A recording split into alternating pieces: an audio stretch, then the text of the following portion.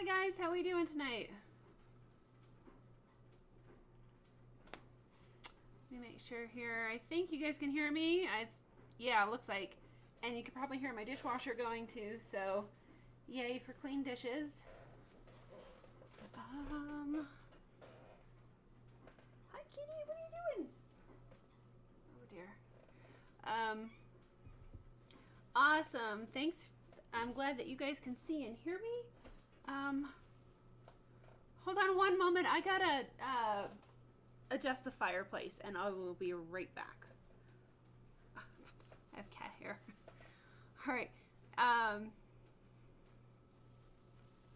Hang on, guys. I'll be right back. The fire's gonna get way too hot.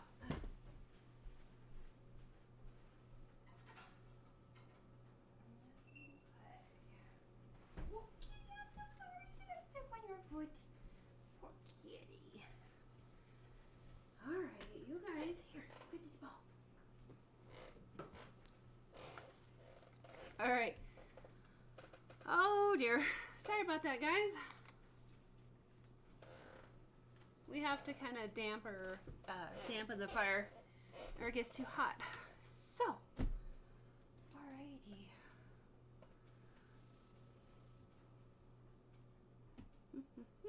Hi Mina, hi Laura, hi Steve, hi Mellow Yellow. Let's see. Hi Terry. Laura just had 10 inches of snow and you're getting more. Oh wow. Yeah, you're getting a lot more than we have. We don't have hardly any snow so far this year. Darn it. Hi, Lisa. Hope you guys can hear me okay.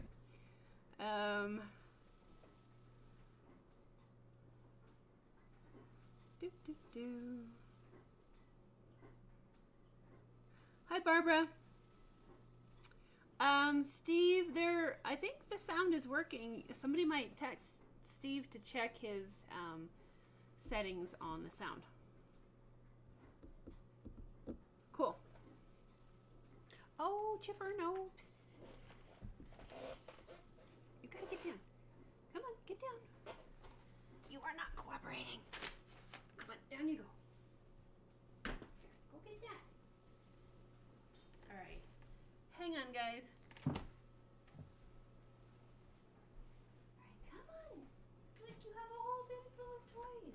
Here, let's scatter the toys and get a mouse. Get that mouse. Okay. So I am joined by 3 cats and a dog. 4 cats. Anyway, hopefully they will behave. Okay, so my burners are ready to go and we can go ahead and get started here. Hi Vicky. Hi Vivian.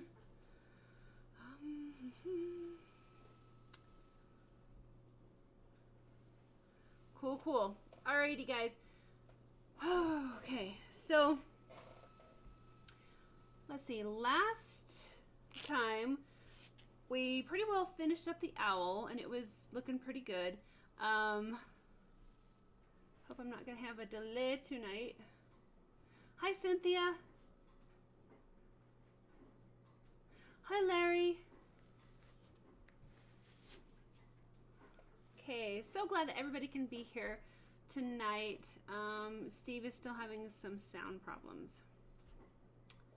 You're having, okay. I might move over a little bit and see if I can get closer to my microphone and maybe that will help as well. How's that, guys?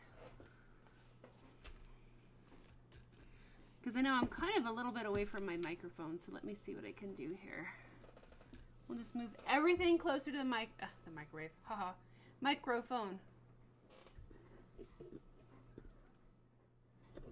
How's that, guys? Is that a little bit better? Okay. Hopefully that is a little bit louder for everybody. I may have turned it down for my dishwasher. Okay. All right. I'm going to scooch over this way. And we'll just get closer to that microphone and hopefully you guys can hear a little bit better now. Okay, cool. You're gonna get background noise too, so I hope you enjoy the dishwasher. Hi, Jim. Okay, cool. I was wondering about that, so we've made that change. Okay, So tonight we are going to probably, I'm just looking here. I would kind of like to maybe do a rough outline around these flowers, and then we can probably start on the bark for tonight. So since the flowers are lighter, I want those to pull forward, and we want the dark bark of the tree to push backwards. Hi, Estella. All right, you guys like the background noise. Okay, cool. Larry, you're very welcome. I hope that helped with your pattern. So I have a couple different points that we could use tonight. I have the shading point that we normally use.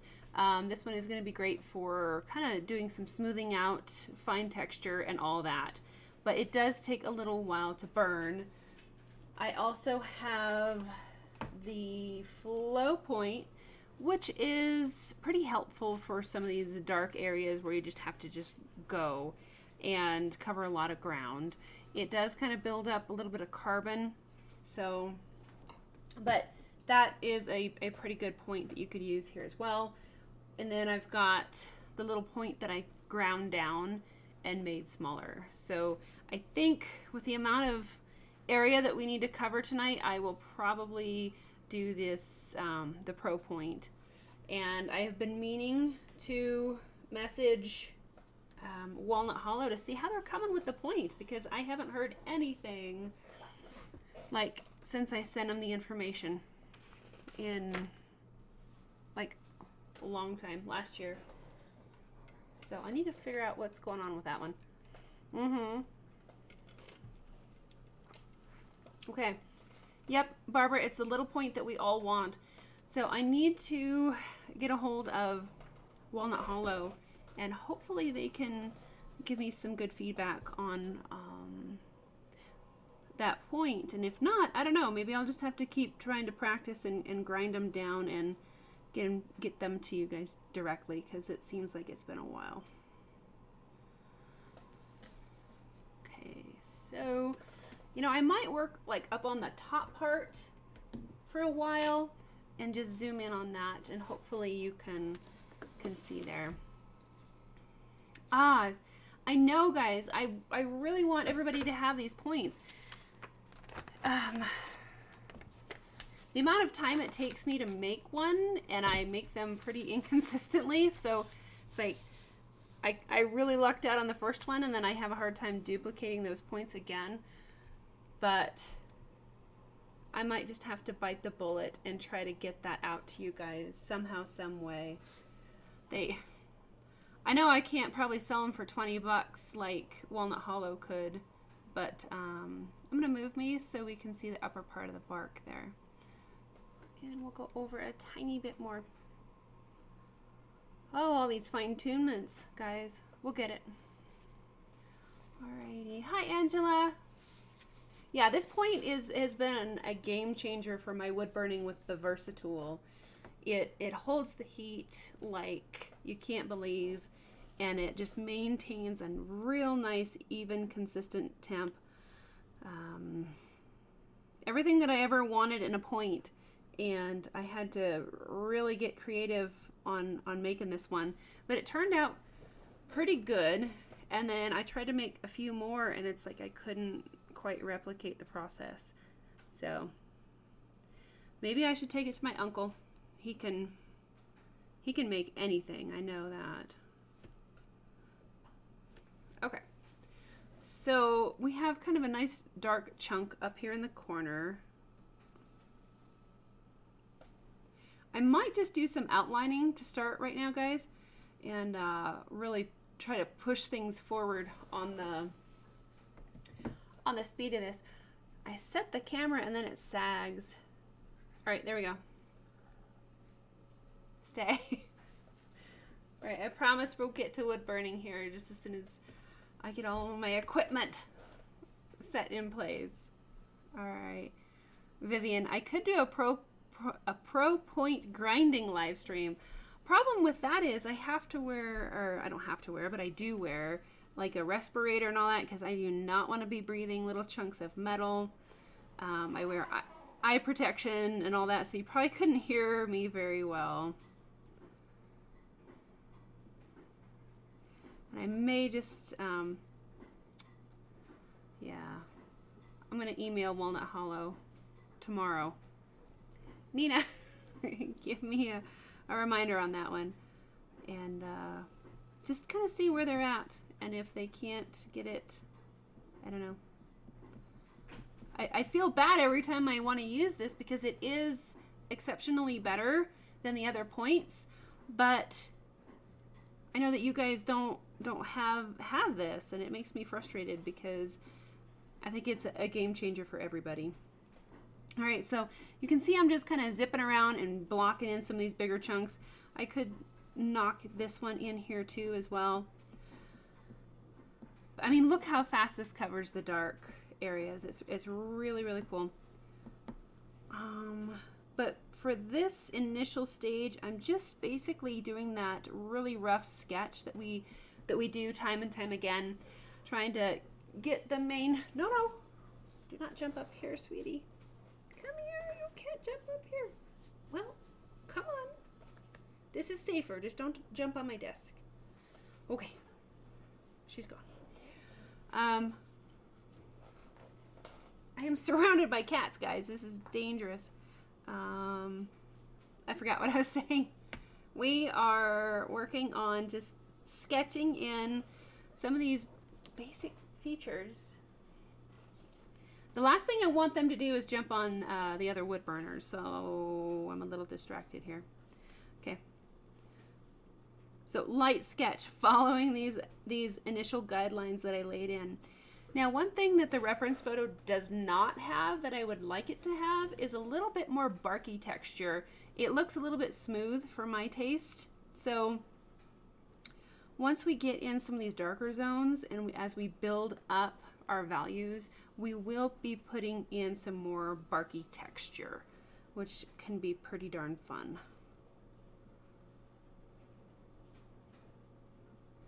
And shoot, I am getting behind on the chat. Barbara, you want to pre-order them? Oh, guys, thank you. I just want to make sure that I give you a really good quality product because they're just super, super cool. Hi, Cynthia. I know I've said hi to a lot of people, but I know I was lagging a little bit. So if you don't hear me say hi, it may have lagged. Cynthia, I hope you got my the answer to my question. The answer to your question. I sent you the answer. Okay. All right, Angela, so glad to have you here, even just for a little bit.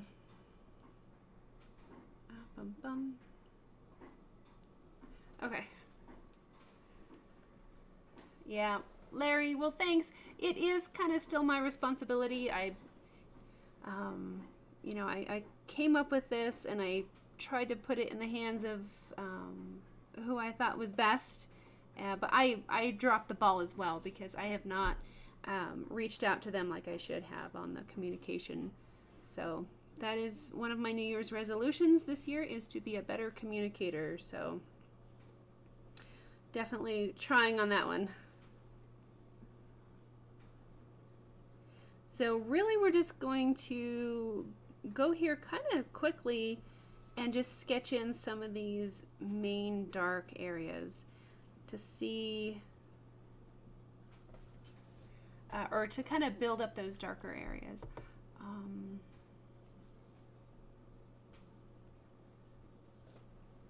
right. And now I have a cat over there.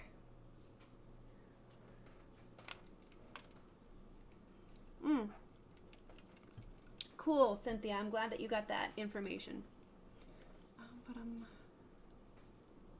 So Terry says there's a tip that is... Psst. Oh, no.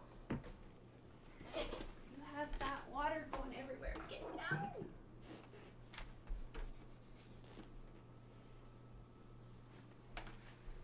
Ow, jeez. I'm getting like electrically shocked through my headphones. That's weird. Well, come here. Okay. You're knocking stuff over.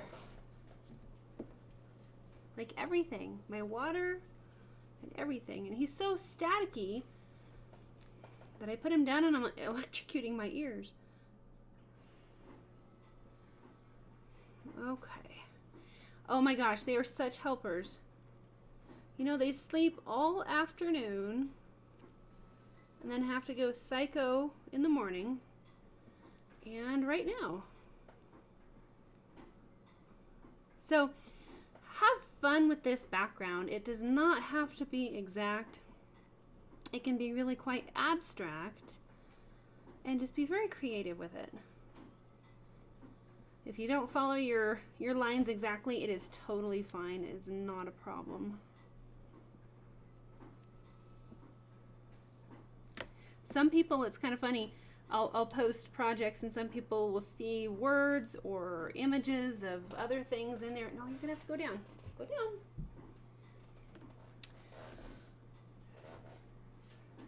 So I did that wood burning of the big train with the big cloud of smoke, and so many people saw things in that cloud of smoke. It was pretty cool. They saw faces and words and all these interesting things that I never put in there. It's just, you know, kind of people's imagination. So you could probably put in little words and stuff. No. Psst, psst, psst, psst. Chipper, no.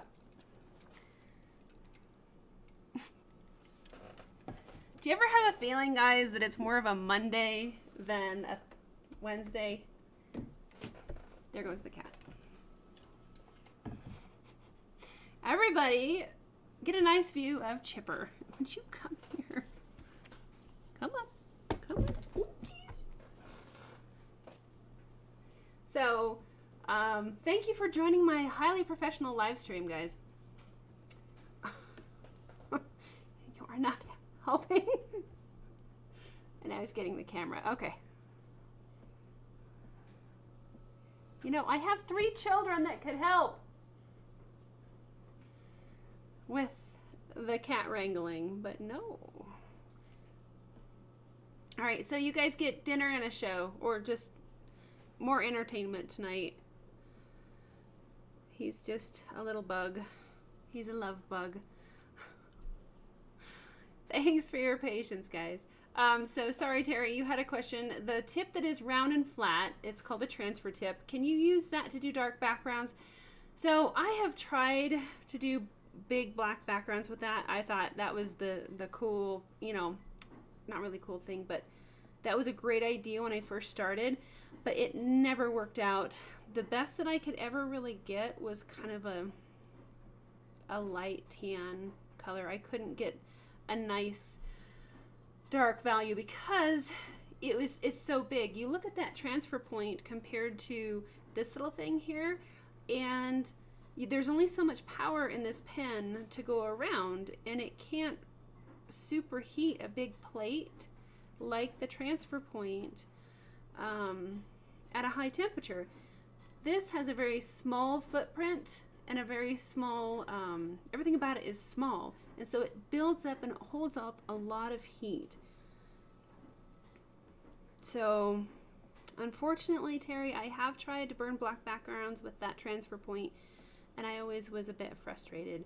One thing you can do is make pretty cool circles and like half moons out of that if you rock it on one side, which is pretty fun and pretty cool.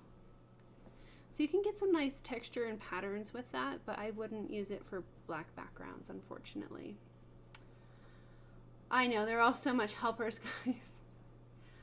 Thanks, Mina. You're trying to keep me on focus. You know, it used to be kids that were distracting while I work, and now it's these other little kids. My husband calls the kittens children with knives because they are no longer kittens. They have graduated to children, but they have claws, so yeah, children with knives. Okay, all right, down you go. Where's all my stuff? All right, so I hope I'm doing this okay because I'm not really paying attention to what I'm burning because I'm trying to hold a cat. Some of these lines might be a little bit dark, but hey, that's okay. That's the beginning of our texture. Alrighty, so just really dropping these in.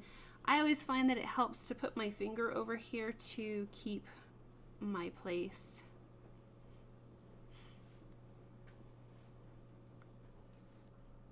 Because it's easy to get lost when you're burning something big like this. With all these weird abstract shapes, it's kind of hard to keep an eye out on where you're at.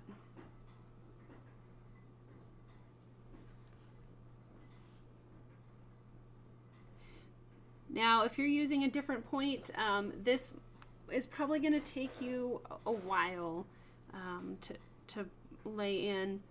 This thing just really holds the heat quite well.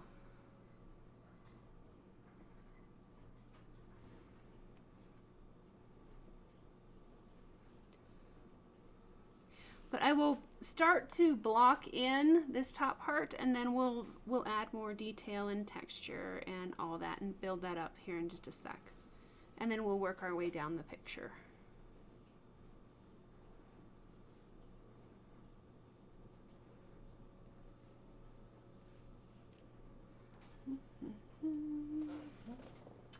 Yeah, clouds are that way too. Clouds can be very abstract and very cool.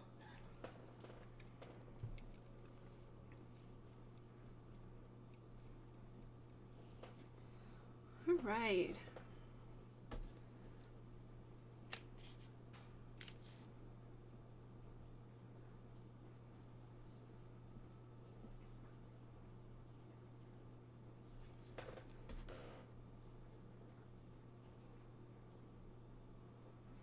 Okay, so like I mentioned, this it has a lot of texture, but not really barky texture.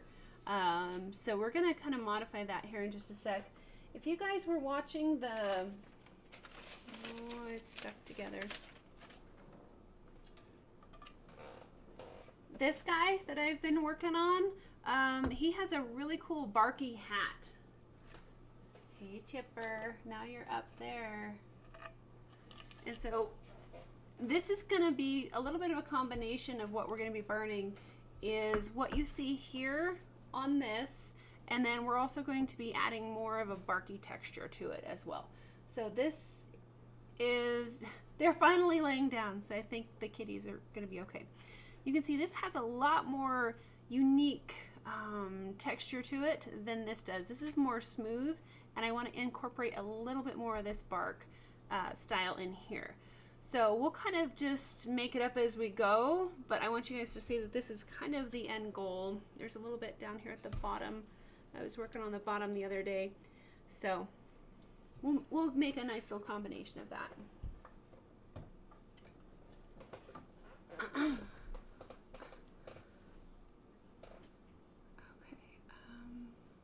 Okay. You guys are with cats too. Cynthia has a cat, yeah.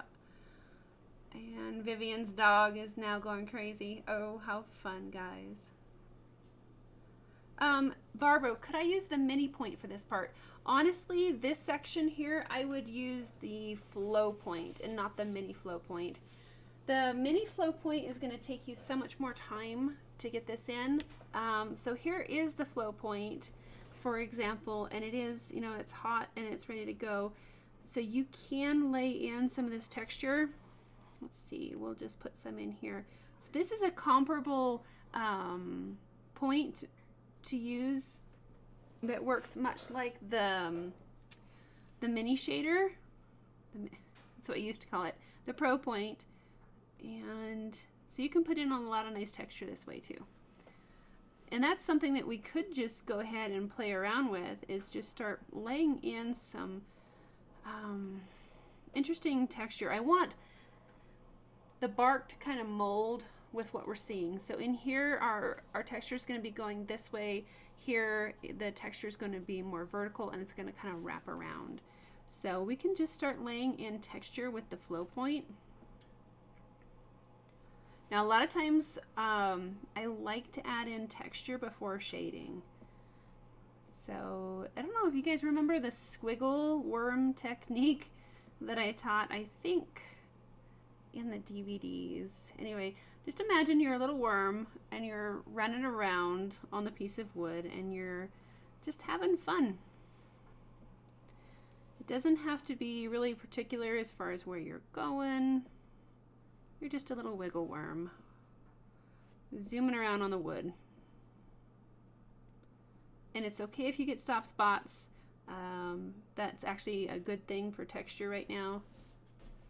So I'm still trying to build up texture kind of in some of our darker areas here. And keep in mind that this is totally an ugly duckling stage of this project. But bear with me, guys, and we should be able to pull it off and make it work. But you can see I'm kind of molding the shape of the texture to the shape of the wood here. So on the sides, we're going to have more vertical texture. Here we'll have horizontal. And a lot of this is going to be pretty smooth, kind of blended, really well blended once we get the rest of our shading and other texture in place. So just imagine what tree bark would look like. And we will put in that squiggle technique. Thank you guys so much. Barbara says we love the live stream. Cats, kids, puppies, turkeys, and all. Don't forget the sheep. Once a year we have crazy amount of sheep. It's different and it's wild, but we love it.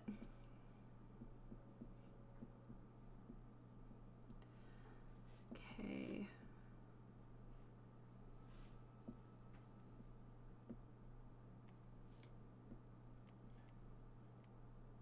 And so I'm adding in probably a little bit more than I'm seeing on the reference photo, but that's okay. So if you don't have the Pro Point, this Flow Point that comes with the kit is a pretty good substitute for right now.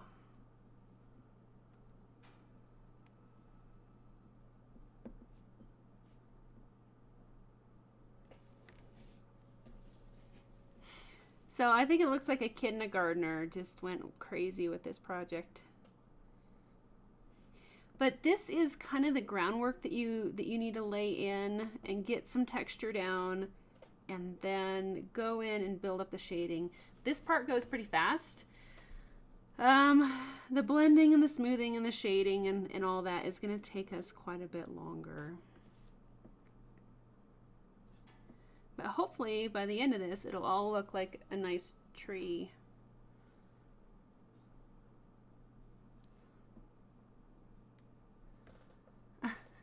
Thanks, Mina.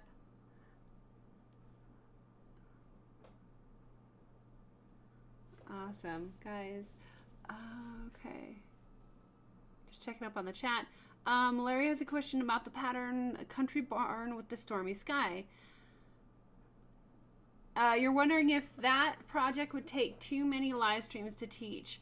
That's a big project. I've been eyeing that one for the longest time. I really want to wood burn that one because I think it'd be a lot of fun.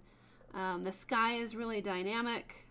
The grass up front, you've got the negative space of burning around the grass. That's going to be a real challenge. And then the texture of the barn, I think it'd be so cool as well. I think the elephant, guys, was the elephant or the mountain lion one of our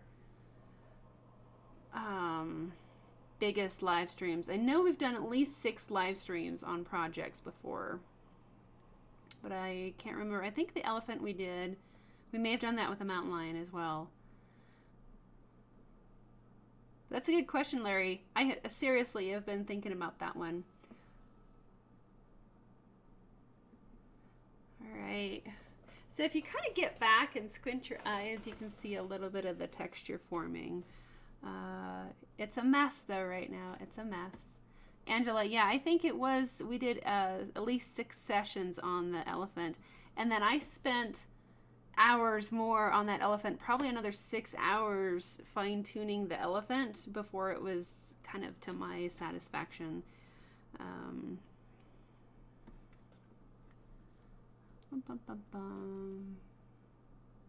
Okay, Barbara, you used the Flow Point for your magnolia piece. Cool. And yes, Barbara, absolutely. It helps to keep tree bark samples kind of ready. I am just kind of making this up as I go, and I hope it works out. And if not, I'll figure something out. I don't know. We'll see. I think it'll work out. Cross your fingers, guys.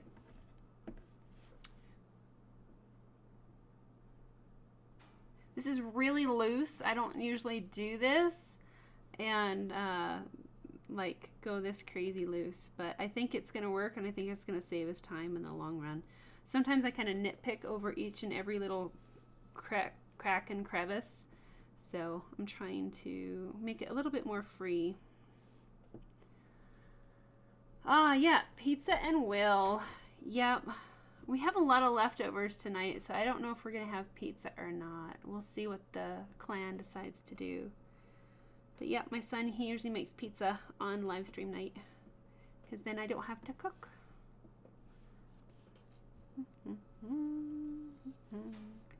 Alright, it might take a little bit to blend this stuff out, but we'll see how it all works out, guys. Okay, well this is kind of crazy and very different from the other live streams that I've done before. So, I'm going to switch back over to the Pro Point, and let's see if we can't make this all look nice, like a little tree.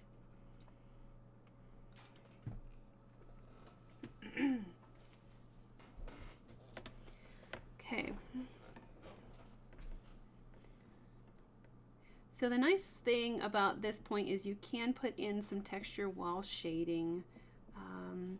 And that's what this whole project here is going to need. We're going to need more shading to blend things out and make it look a little bit more organic.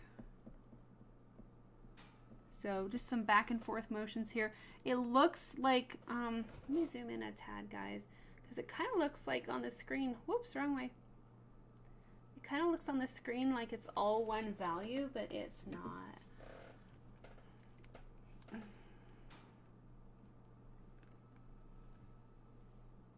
Stay.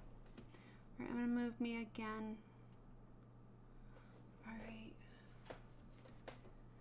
So this is gonna be a lot of our dark value blending.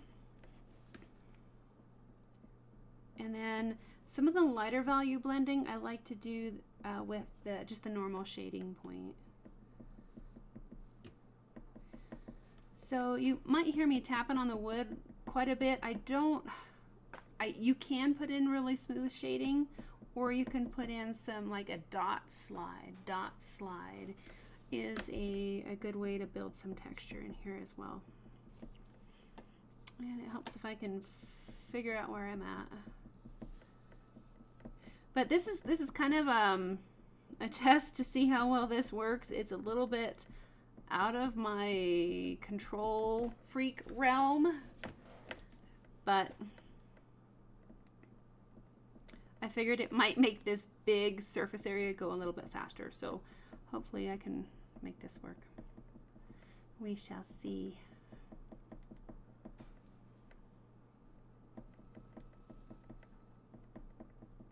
So right now I'm going to try to stay away from some of the lighter areas and just really figure out where I'm at, and then focus on some of the darker zones.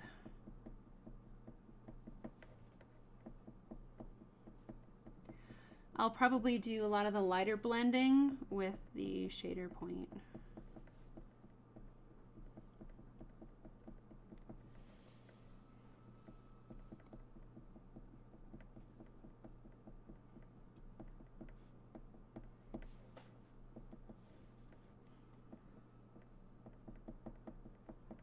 So I'm still trying to follow that same similar kind of a lateral pattern for the bark. Another cool thing that you can do is add in little tiny lines that cross over. I can't even tell if you guys can see that, but just make some finer lines that look like it's bark running through the dark areas here.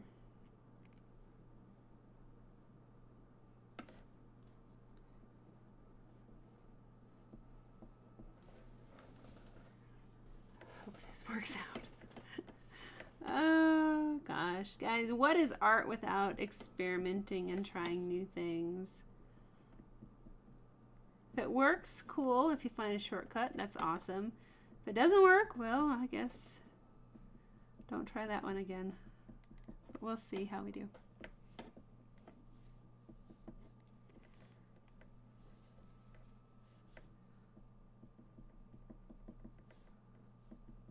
I really think that the magic happens when you connect the lightest values in the project.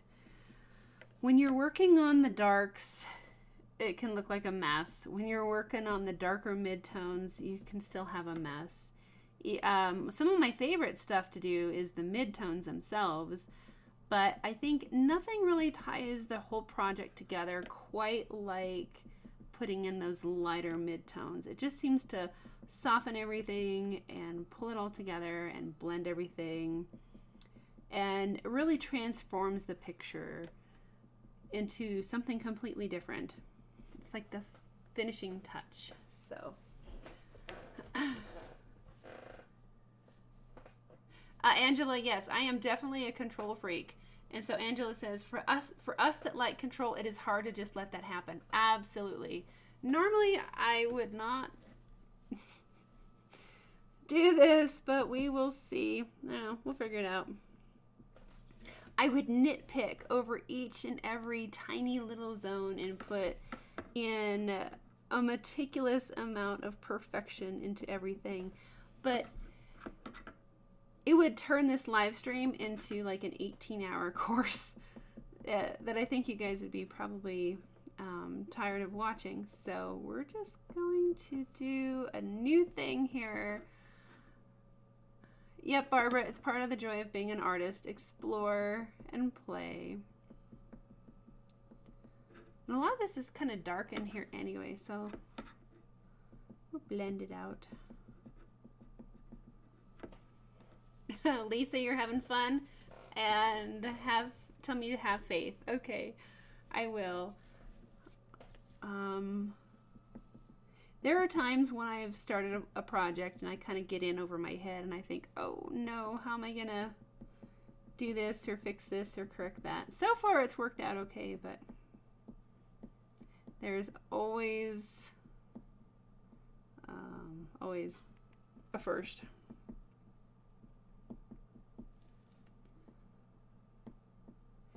So anytime that I have a big dark area, I try not to just block it in. I do like to incorporate texture in the shadows. So that's kind of what I'm doing here. So you can see into the depth of Vivian, an 18-hour course. I don't think it's really a bad thing.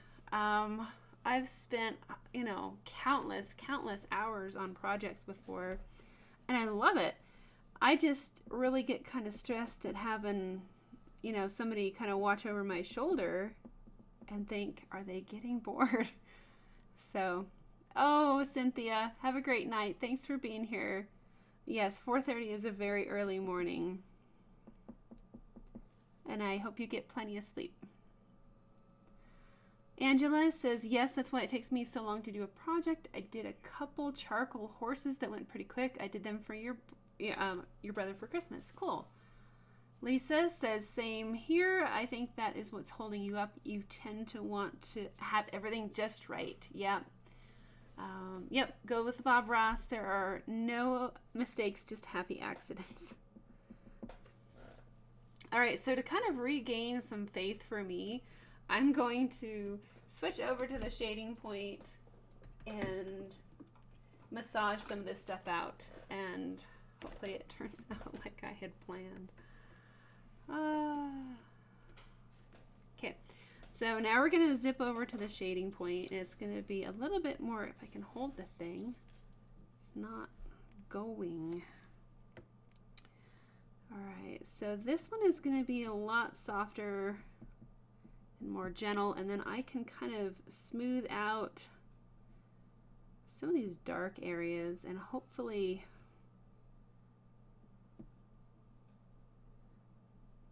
make this crazy plan work. Still though, guys, it doesn't matter what point I kind of switch back and forth with. My one consistent point is this shading point. The standard shader that comes with the kit, I just love it. I feel like it's an extension of me, and generally I can create pretty much whatever I need and want to, except for live streaming bark texture. But we must prevail, guys. We must prevail. And there's so much here in the darks. I wish I could show you more. Oh, there. Okay, that brightened it up a little bit. It might be a little bit overexposed, but now I think you guys can see into the shadows as far as what I'm trying to blend out and all that.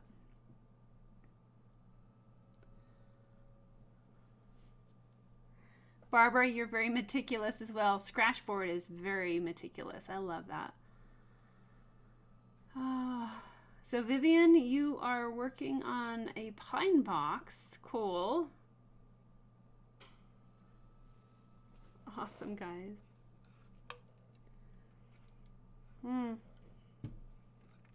Wow, a 9x12 ballpoint pen drawing. Terry, that's pretty crazy.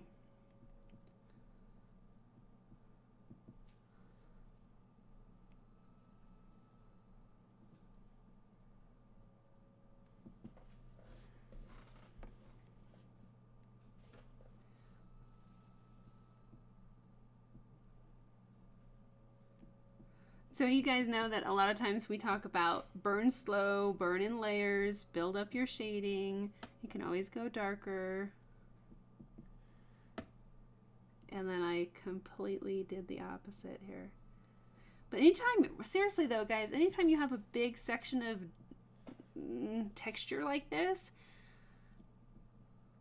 I've done it both ways. I've snuck up on it and it takes me forever. And then sometimes I just dive right in like we're doing now, and sometimes it works out. So you're just gonna have to play around and see which style works best for you. And it could be a combination. Sometimes, a lot of times I'll do combinations. Texture, shading, smoothing, blocking in, and all that.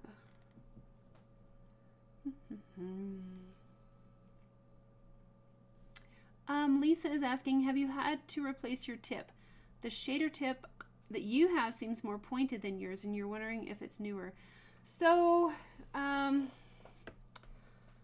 this one I've had for a long time. I get really attached to my shaders, and I tend to only use one until something goes, like, I drop it and it gets dented or something like that. But one thing that I have noticed, and it's been, oh gosh, it's been quite a few years ago. Walnut Hollow changed their shader. Like, here's a good example. And there was like you see these ridges on the back side? It was a little bit different and a little bit different shaped slightly. Some of their newer shaders, and this was again maybe 10-15 years ago. The shader that I really like, the older shaders, I'm talking like 2009 to 2015 is when I got those. Okay, so yeah, if you have the ridges on here, that's probably one of the newer shaders, and they tweak them from time to time as far as the style of it, and I think you just kind of get used to how each one handles. They're all machined, you know, supposedly the same, but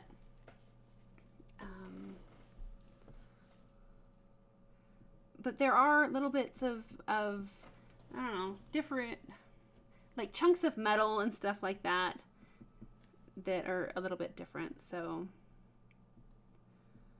if you have a really sharp edge or something like that to the new shader, go ahead and sand it down. I've found that helps too. A lot of times the newer shaders have a really kind of a harsh edge to them. So gently sanding them with a really fine grit sandpaper can help just soften them up and make them like butter. Because if you have any kind of a hard edge, it can catch while you're burning, and otherwise make it a little bit less smooth. All right, how are we doing here, guys? I don't know. It's crazy.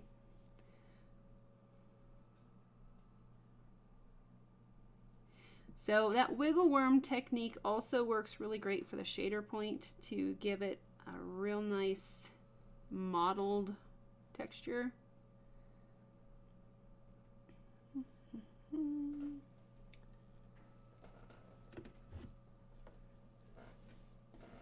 Vicky sees a dinosaur head in the bark. Hey, that's cool.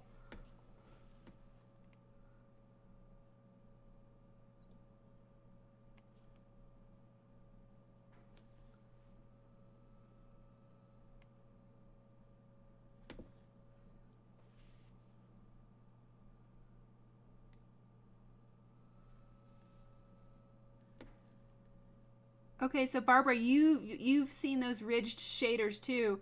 Okay, but the newer ones that you got don't have it. Okay, so they may have gone back to the original. I think I sent them a message like years ago saying that whatever change they made, I wasn't too crazy about, but I bought lots of replacement shaders like back in 2010. So, and then I thought, oh gosh, I'm running low, so I'll get some more. And then I got the ones with the ridges, and I'm thinking, it wasn't just the ridges, but the whole tip. Everything was a little bit shaped differently. You see, mine is really thin, but that could be because I've used it a lot too. So we'll just, I don't know, have to see on that one. But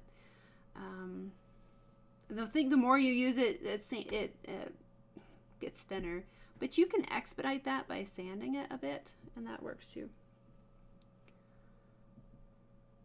Barbara, you love the more textured bark? Okay, cool. Yeah, this is kind of crazy here.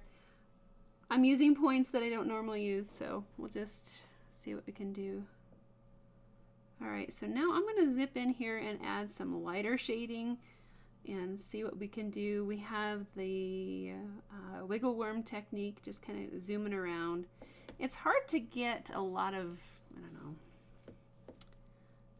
know, fine tuning and stuff when everything's dark like this. So we're going to jump over here and we'll do something where it's a little bit lighter and see what we can come up with. But you can see how it's such a large area, and we're only doing the top part right now, that it just takes a while to get all this burned in. So laying down as much as you can to start with, it definitely helps things speed along. And then you can kind of buffer out and blend areas later.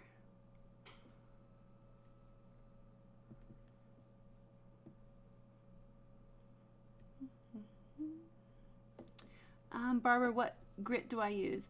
So when you're sanding points, it depends on how long you want to be sanding.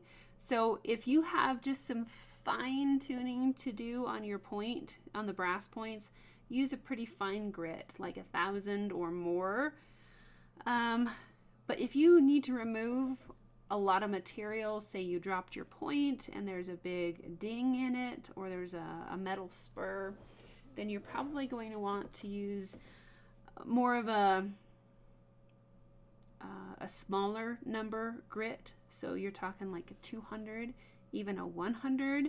You're probably going to put some pretty bad micro scratches in your brass point, but then you'll work your way up through the grits and go smaller and smaller on the grits, finer and finer. So start with a 100 if you have a lot to reshape, and then go to a 300, and then a 400, and then a 600, and then 1,000, and 1,500, and 2,000, and you can even go up to like 3,500 on some of these sanding pads, depending on how polished you want your brass tip to be. But I always really enjoyed modifying the points, because it's like, you know, I really love this point, but it's got a burr on it, or it's got a problem, or those ridges, and you can get rid of those ridges too and make them a little bit less pronounced, because when you lay that point flat on the wood, sometimes those ridges can kind of mess with you if you're trying to do some smooth shading and blending and all that. Sure thing, Barbara. Ah, Lisa, you have one that's almost concave. I have seen that too. So yeah, I don't have any idea how people can manufacture, like mass produce stuff. It just kind of blows my mind. But I do realize that, you know, probably no two are created exactly equal. So the points that you get, sometimes they need modified and shaped and adjusted and blended and all that. Speaking of blending, okay. Well, that's looking better. It's looking more barky and less like toddler scribblage. And then as we come around here, we are going to get into some lighter zones. And then I can add, like, see, we have kind of a rounded thing here. You can go back in with the upper tip and put in some lateral bark texture. Hopefully you guys can see that.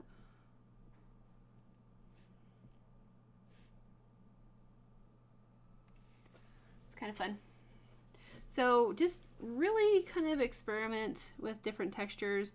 And if you don't want to do that on your project, turn the piece of wood over and just really experiment with textures on the backside and see if you like the wiggle worm technique, if you want to start out with a real dark, heavy hand like I did this time, or if you're a little bit more cautious and you want to start out with just the shader and build up your layers. It's totally, totally up to you. I would just make sure that your darks are dark enough and that your lights are light enough, and then everything's well blended in between, because if you don't have that real strong variety of value, like dark darks and light lights, your project can turn out looking a little bit flat. So I'm just kind of jumping around here wherever I'm looking at here on this project. But you guys like the bark? Laura, thanks. It's Mina likes the burning better than the picture. Thanks. Yeah, we'll keep working at this, and it's a hodgepodge of textures right now, but that is bark. Now there are different kinds of bark. Some is more smooth, some is more rough, some has a real repetitive texture to it. So just take a look at your reference. This is almost kind of, I'm just making up my own bark as I'm going. But I think if I just keep at it here and blend things out, I think it'll work out okay. That's my hope. If I don't get lost.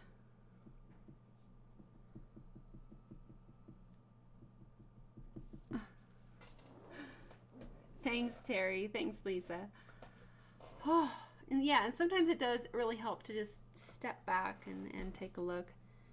And honestly, if you're afraid, like you're not sure where to start out, start in some of the darker values, because even if you make a mistake or do something like maybe too dark, you can hide a lot of stuff in the darker areas.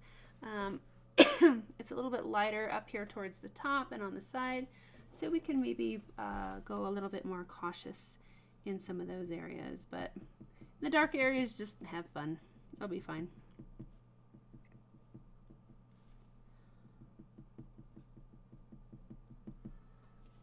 Thanks, Vivian. Thanks, Angela.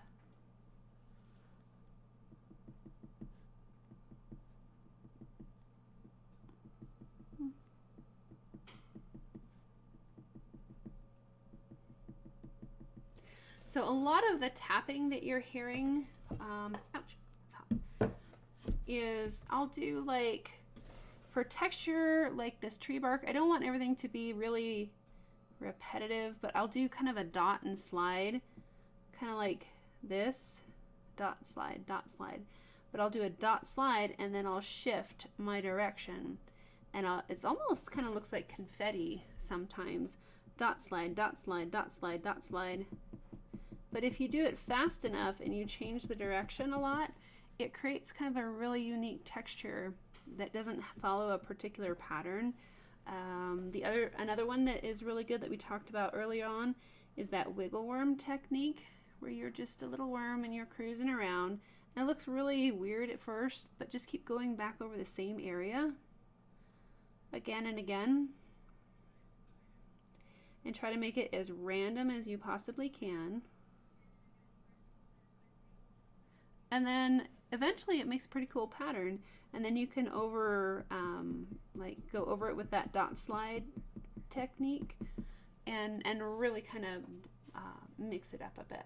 So those are kind of what I'm doing when you hear the tapping on the wood. I'm not just tapping straight down. It's like a tap and slide motion. What? Hey. What was that noise? Huh. Okay. Okay, anyway, tap and slide is what we're kind of doing here. But I've done it a lot, so it's kind of second nature anymore.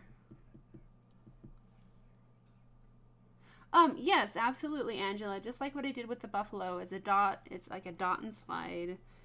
It seems to give me a pretty good texture.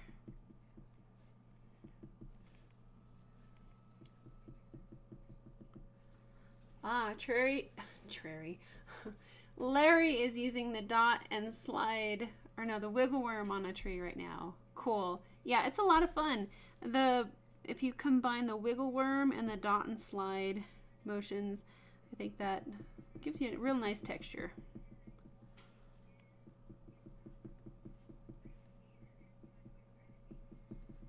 Another texture that you can do that's a lot of fun is the circular thing. So if you just go around in circles like this, I know I'm a little bit overexposed, but just keep going around in circles and then overlap it in an irregular fashion, you can get some nice texture there too. So if you combine all those three, dot slide, wiggle worm, circle texture, see here's wiggle worm, and then dot slide, you can get all kinds of fun random textures. And I think using a combination of those is really helpful, because sometimes if you do something really repetitive, like a repetitive hand motion, it's going to show up eventually in your project. You're going to see it. Where am I?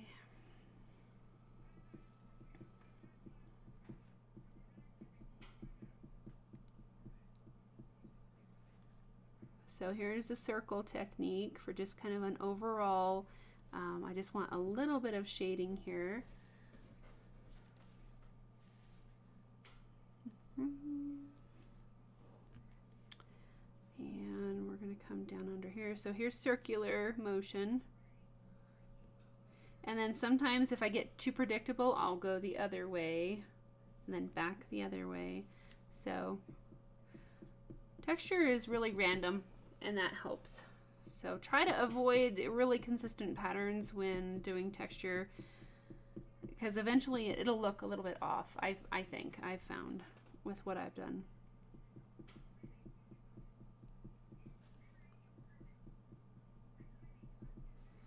Okay, so circle motion, some light shading.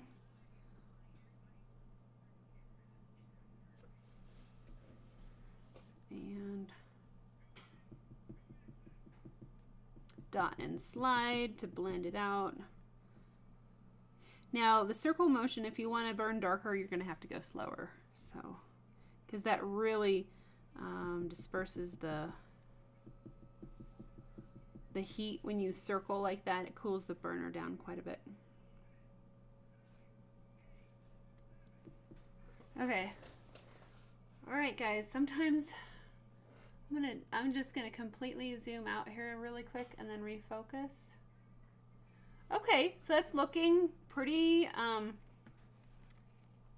yeah, we're getting there on our bark texture.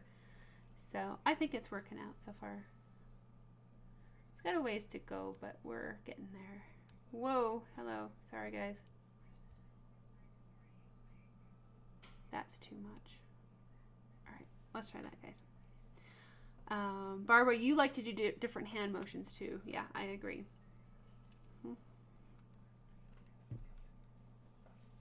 Awesome, guys. Thanks. Thanks, Angela. Okay, let's see. I want to kind of get up in here into this lighter area. Thanks for being here, Angela. Enjoy your class.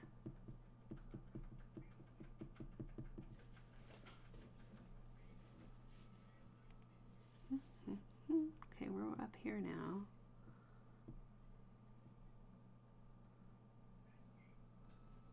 So I think my camera is a little bit overexposed, but hopefully you guys can see more in the shadows. It's like really overexposed. Let me see what I can do with that. Come on, focus. I don't know, that might be a little bit. Okay, I think that looks a little bit more natural, guys.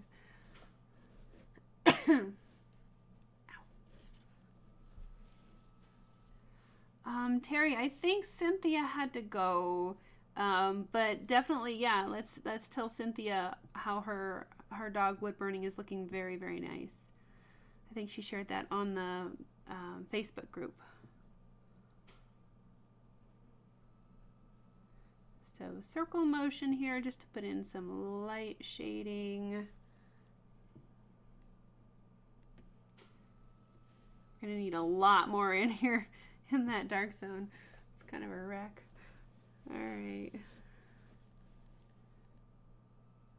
So for this dark section here, I might use the Pro Point for that one because it's a little bit, it's going to take a while to put in with the shading point.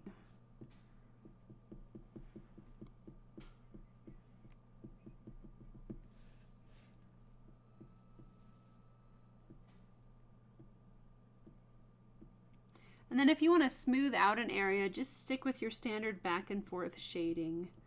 And that gives it a nice, kind of a softer, less textured area. Yeah, Terry, maybe she'll see that tomorrow. Sounds like Cynthia has an early day tomorrow.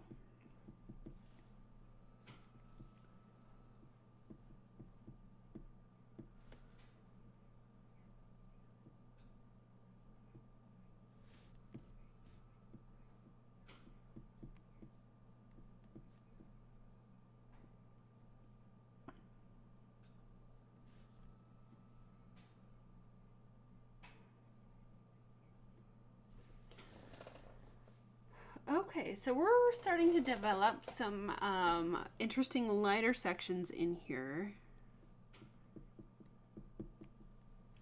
I would say anytime you find kind of a hard area like this, just kind of soften it and blend it out a little bit.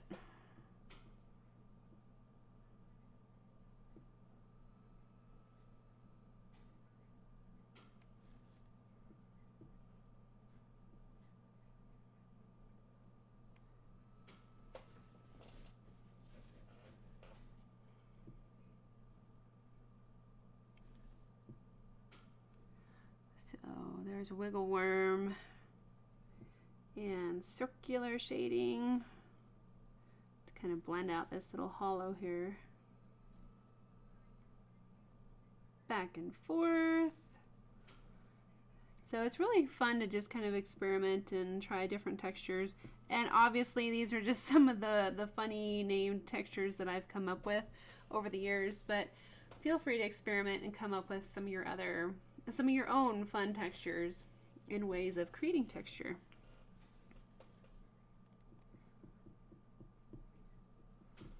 There's a really neat background texture that I've been wanting to try where you put, I think it's coins on the background, and then you blow over it with a torch and it makes that kind of, you know, the speckledy, dotty, like it's like there's out of focus lights in the background.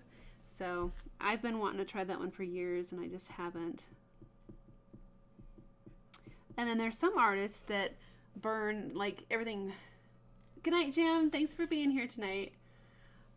And then some of the other textures that they'll do is they'll burn everything really dark and then add the texture with like a Dremel tool or a router. Not really. Yeah, kind of a router or a Dremel tool, which is pretty darn cool as well. So These are just some of the texture methods that I'm showing right now, but don't get too caught up on that. It's totally whatever you want to make it.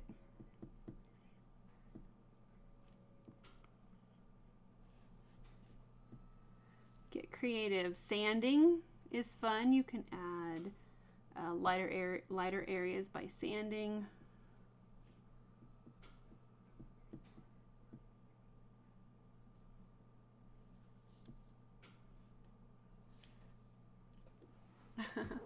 Terry, yep, I hope you can get your stuff out for burning too.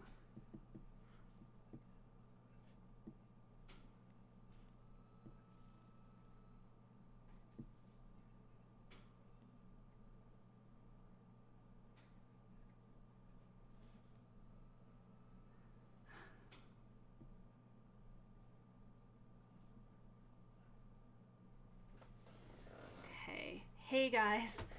I think that's looking pretty good so far. I think it's looking better. All right, let me, okay, I could probably, let's work on some of the lighter areas over here and see what we can do. Kind of circular motion for some light shading.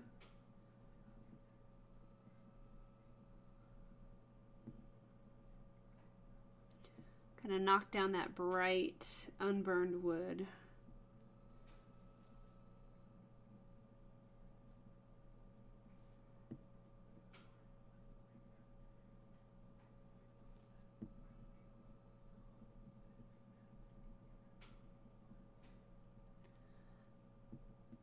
Okay, now we'll go in with a little bit slower techniques, wiggle worm, slide, and kind of soften out some of these hard edges.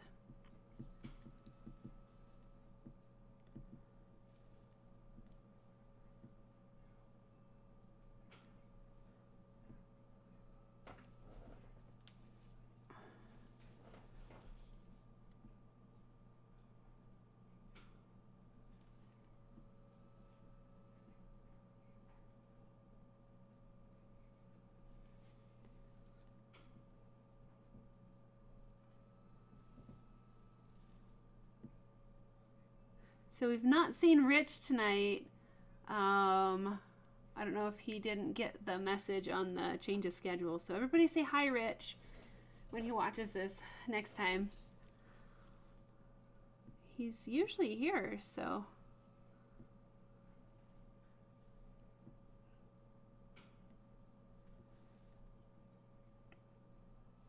Okay, so some wiggle worm technique in there, giving us some nice bark texture and smoothing and blending.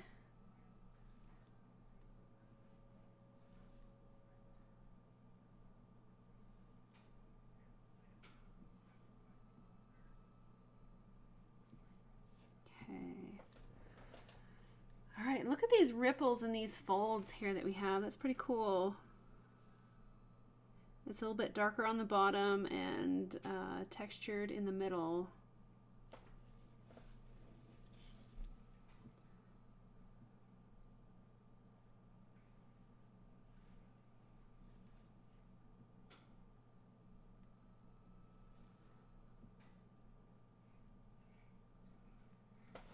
All right, guys, I'm liking it so far. I was really concerned in the beginning that I may have bitten off more than I can chew. Terry, yeah, Rich does live in Florida.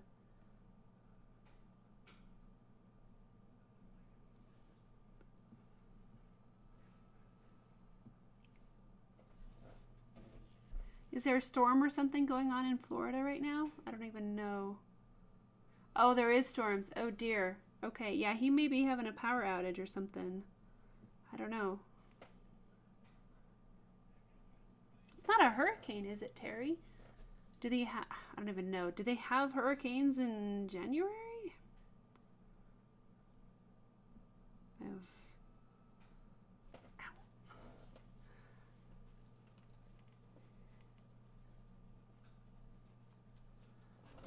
my wrist is not very happy with me right now. I did some burning earlier today, so my hand is a little bit unhappy. Oh, severe weather down there right now. Oh gosh, guys. Okay. Yeah, I hope Rich is doing okay.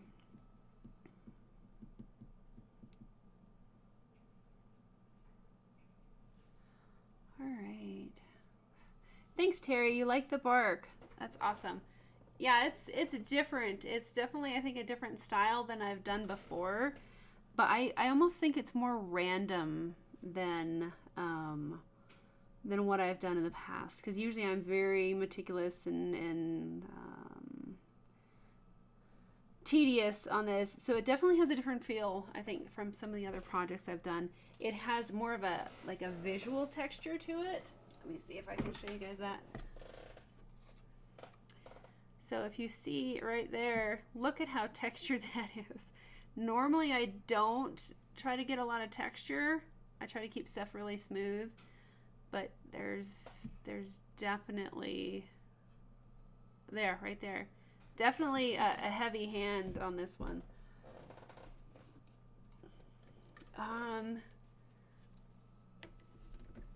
In my realistic wildlife book, I did a wood burning of a bobcat, and the bobcat was on rocks. And so that was a fun project to put in all that texture, but it was a little bit softer, I think, than this one. So I think, guys, I think we've pushed past the ugly duckling stage on the bark, and it's starting to pull together. Now, another thing that I found when I burn in sections like this is trying to get each section to match up, because you get in a little bit of a flow state and a rhythm, and you can have the top bark look great and the bottom bark, it's like, man, I didn't quite get it. It's like drawing the first eye and it's perfect, and you draw the second eye and it doesn't work out. So hopefully I can repeat and replicate the process on the bottom part. We'll see.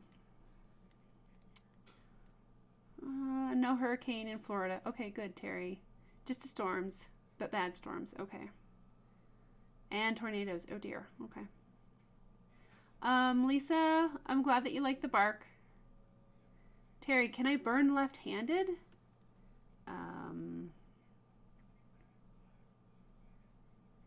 I suppose I could. I don't know. Like on something like this, like the bark, I could probably switch over to my left hand.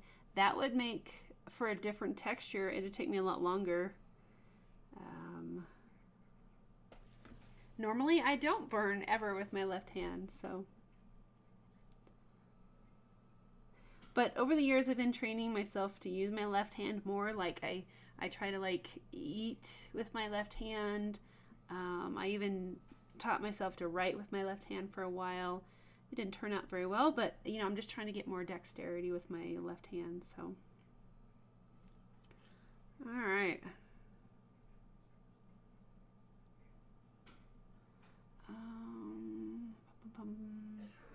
Thanks, Mina. I'm glad you like the real bark look.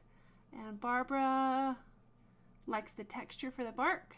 Lisa thinks it adds character. Cool.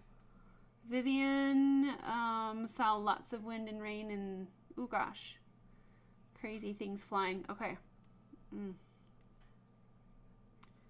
Thanks, Laura. I'm glad you like the texture of the bark. Barbara, it does help that I have bark edges over here. So that's something pretty cool. You can see that there's like flat edges that we haven't put in yet. That'd be pretty cool. Hi, Zona. Glad that you can join us. Your name is very interesting, and I remember coming across that a couple days ago. So glad that you were able to join us.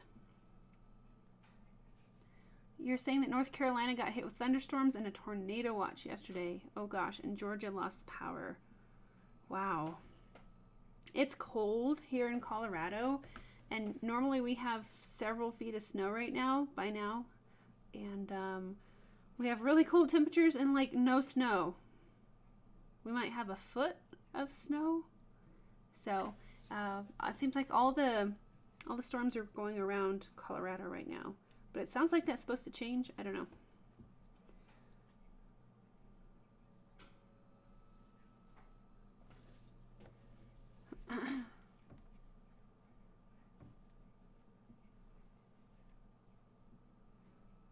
Okay, so all this stuff down in here is pretty dark. Let's see. Let's maybe work up here in this corner and see what we can do to fix some of this stuff here. Wiggle worm. And keep in mind that you don't have to, oh gosh, how do I say it? You can do wiggle worm with a really sharp point like this and get lots of hard-edged, fine texture, or you can rock it down and do wiggle worm like this, which is really cool. So how you hold the burner in your hand can give you either a really sharp edge if you use that upper point, or a real soft feel if you try to lay it more flat on the wood.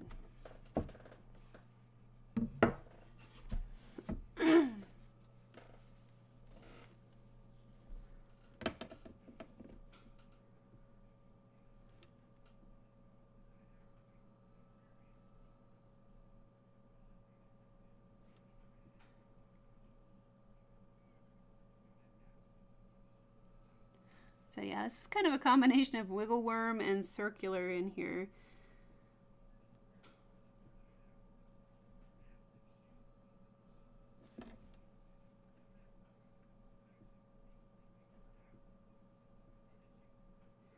Now, normally I try not to burn into that bark layer. It's kind of just a personal preference on mine. Once you get into that zone, it burns super dark, super fast, so I find it's hard to blend in what I'm working on into that zone.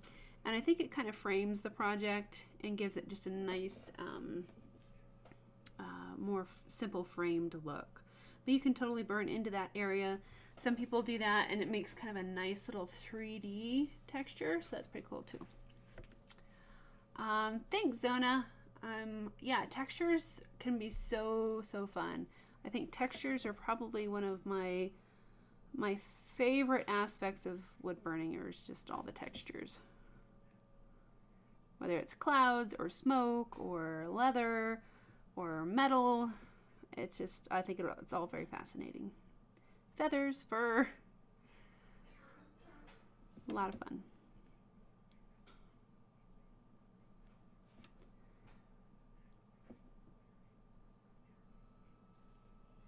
And again, have fun with this part. Very abstract, totally up to you as far as how you do it. But if you want to prevent a really repetitive look to your texture, keep switching back and forth between the different texture styles that that I've suggested and anything else that you can think of. Because that's when I find that my stuff starts looking really repetitive, as I'm sticking with the same texture application process.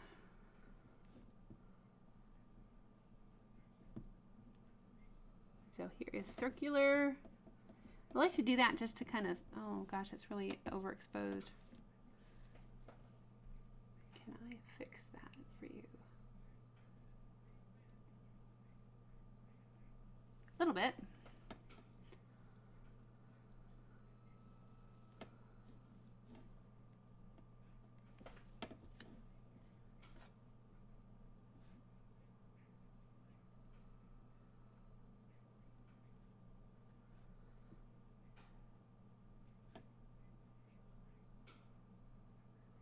So this kind of dark section in here that seems forgotten, I'm going to get in there with the Pro Point here in just a minute, and we'll darken that up and push it back. And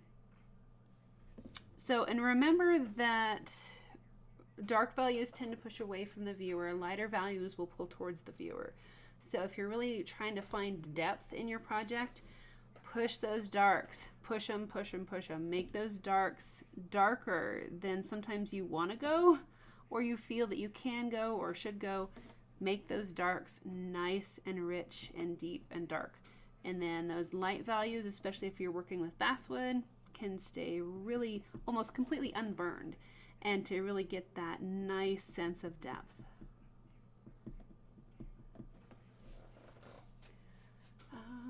Zona says, you forgot that I had a Patreon until you got an email from me, and you went to the page. Awesome. So glad. Thank you for being here.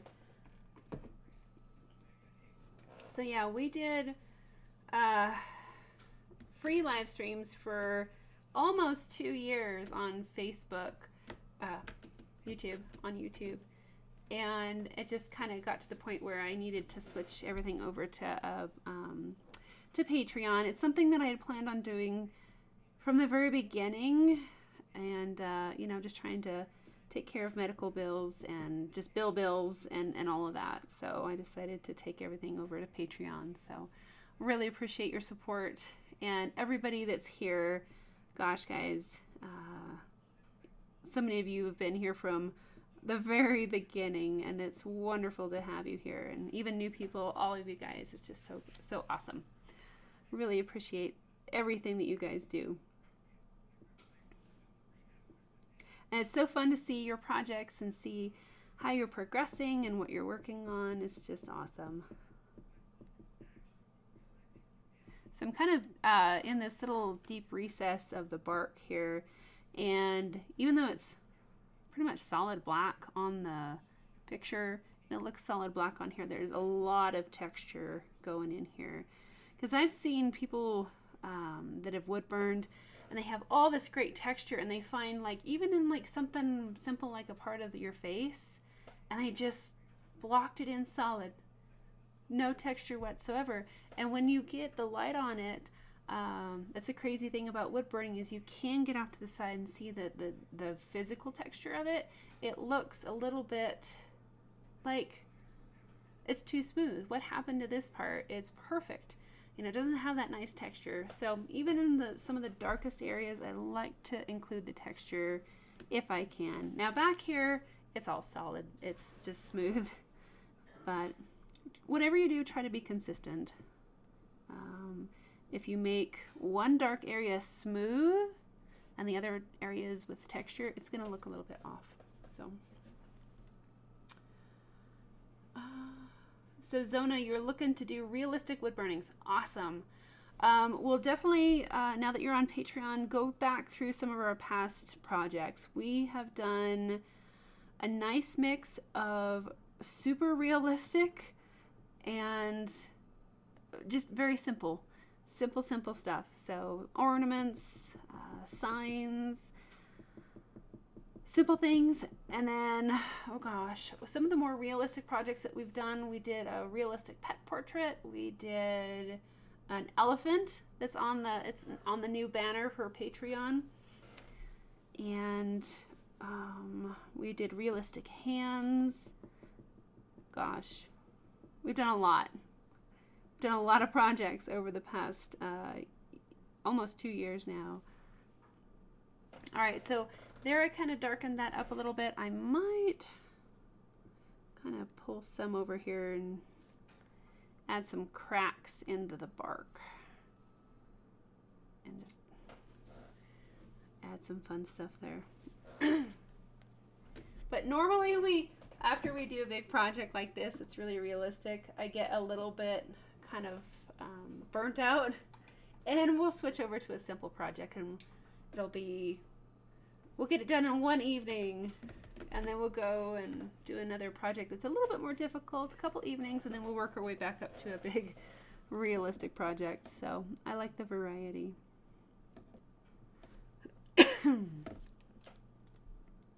And then also I do have a book on realistic wood burnings for, gosh, realistic wildlife wood burning.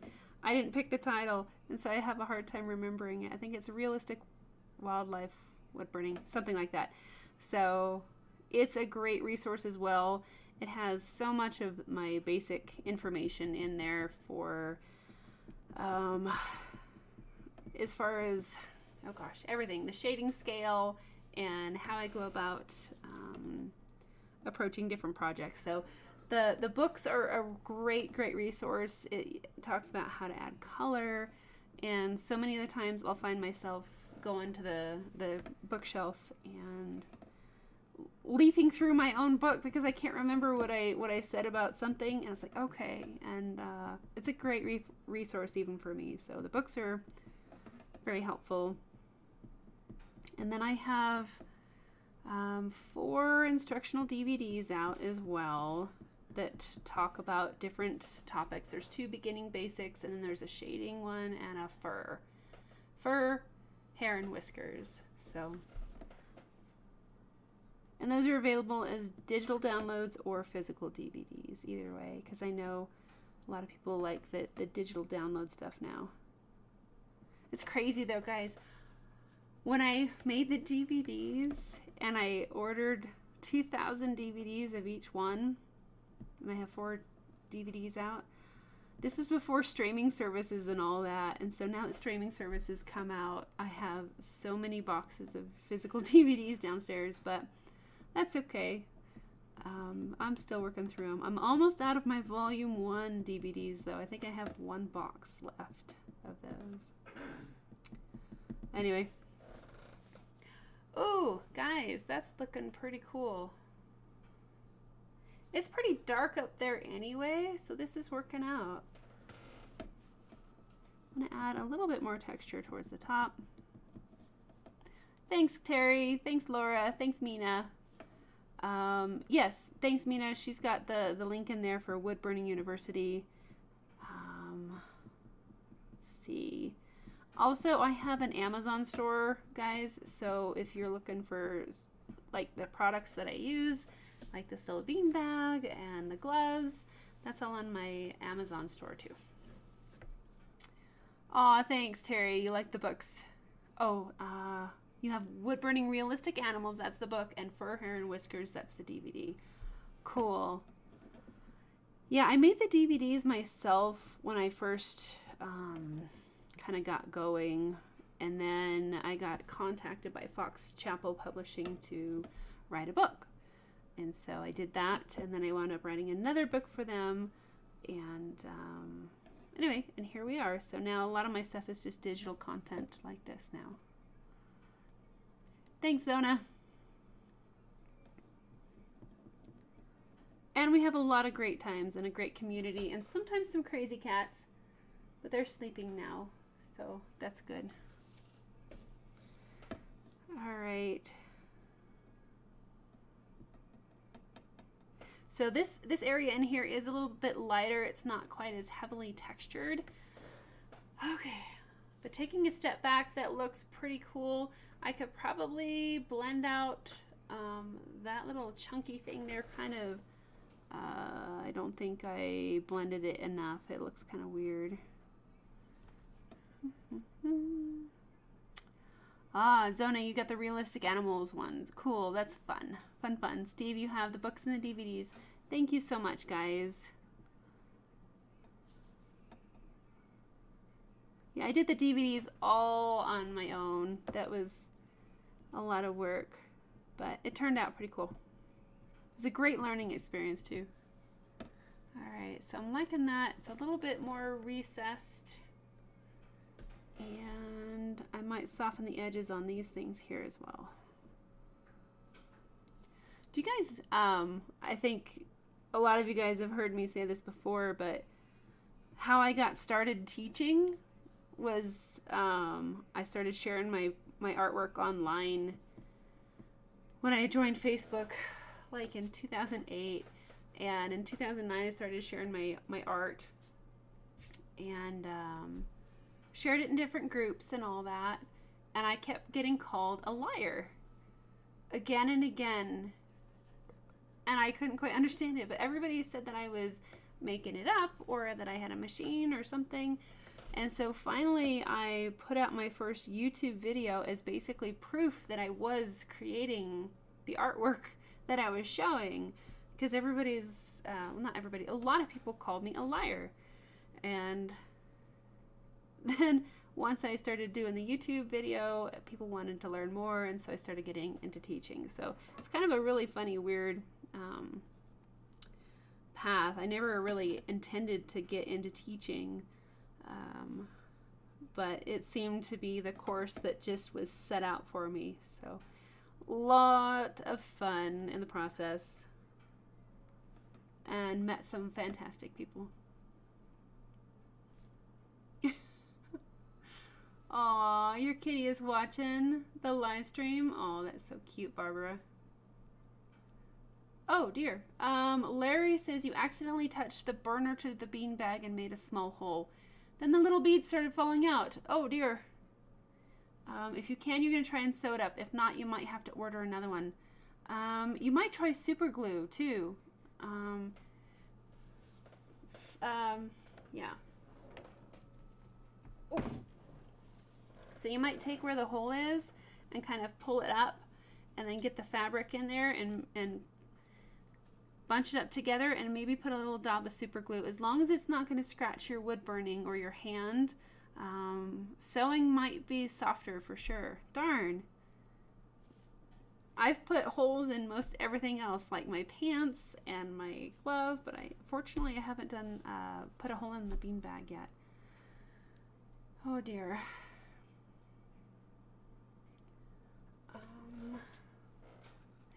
Terry, yeah, a liar. I kept getting called a liar. I was posting in some woodworking groups, and the guys there, I don't know if they just didn't like me or what, but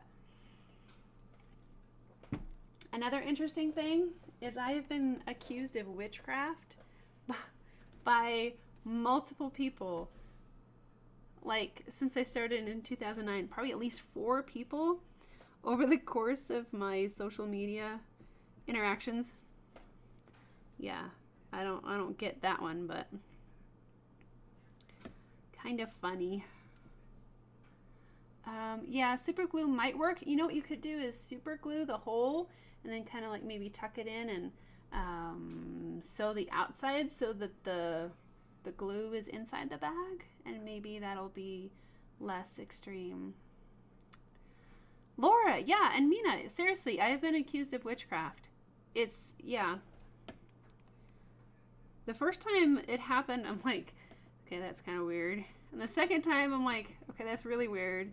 And then at least, I think a total of 4 times people have accused me of witchcraft.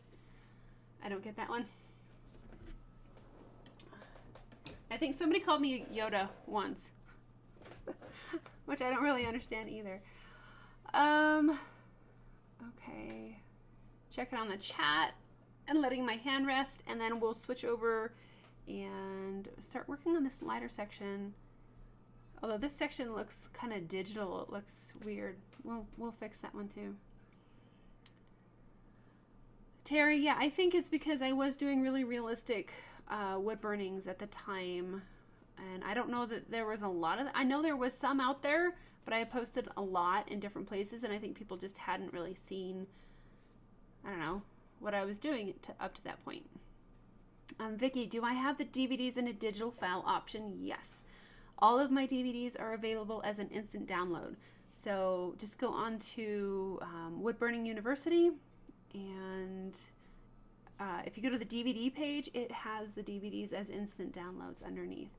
The best thing, the best way to view the digital downloads is with like a VLC media player.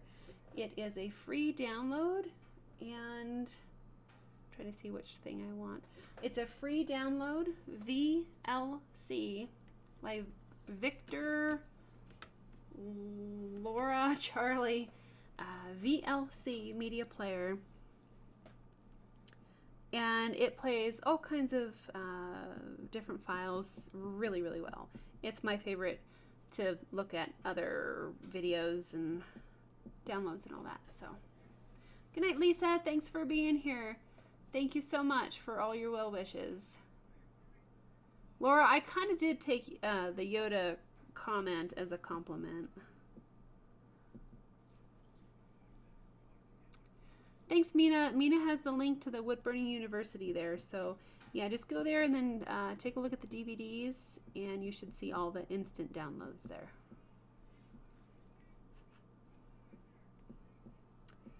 Okay, so I'm using the the Pro Point just to kind of lay in some darker values, because this area here is pretty dark, and this is a great way to cover a lot of ground pretty quickly.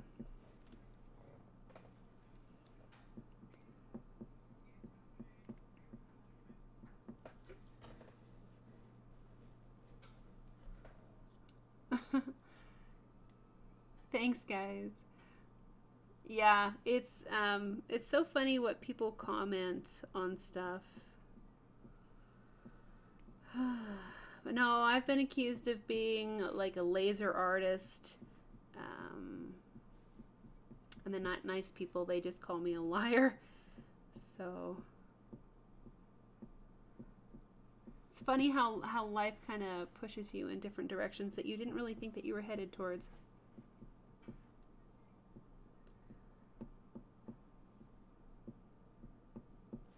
Okay, so I'm kind of just doing some back and forth. Look at this. This is a different texture of bark altogether. It's more stringy instead. Oh, maybe that's like a growth up there. Hey, that'd be cool. And this is a little bit more stringy. I don't know. I might just kind of go with this and see how this looks here along this side and make some more stringy bark texture and see what it looks like. Because I could see where this might be, gosh, what is it? A burl? Like a burl, and then this is more stringy bark. We'll see. We'll figure it out. Yes, Barbara, the bark is going to give the roses some great contrast. Look at that already. So a lot of times I really like to push those dark values and do those darker areas first. Yeah, it is a bit rude, but I don't know. People are just, I think, more rude online than they are in person. I think it's easier to be mean when you don't have to face somebody, which is pretty sad. Terry, you like to spend more time with dogs than people. I can relate.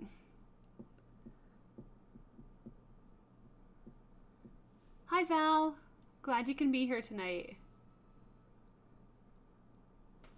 Yep, I agree, Barbara. They talking face to face to people, you got to be careful. I mean, some people will just clean your clock and knock you into next week if you say something out of order. But, you know, behind the keyboard, you can get away with a lot, unfortunately.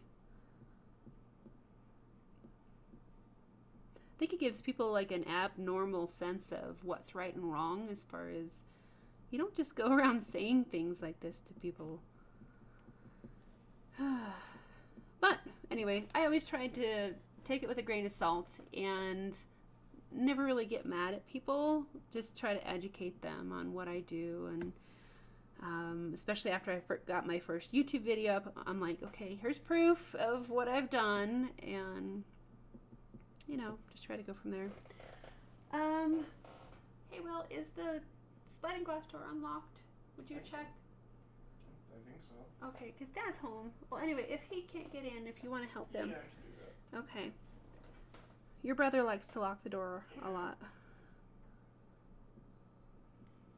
Yeah, this is fun. I'm liking this texture over here on the side.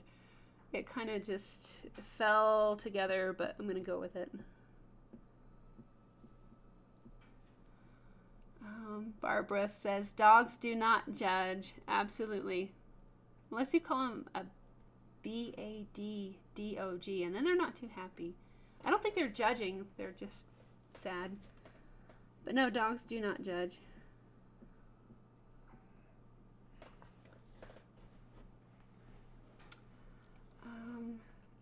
Vivian, you wouldn't mind being called Yoda? Yeah, I thought that was pretty funny too.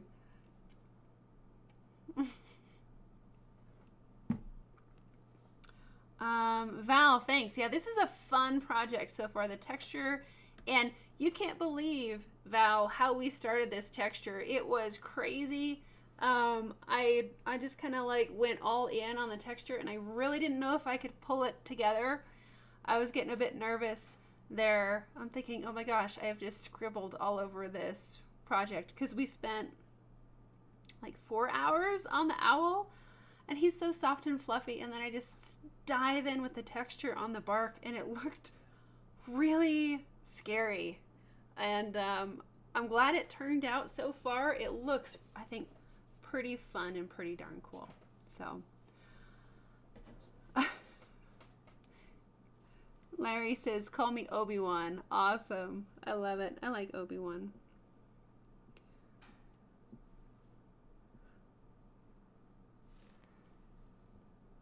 So just pulling this texture down and adding in some shading, kind of blending out.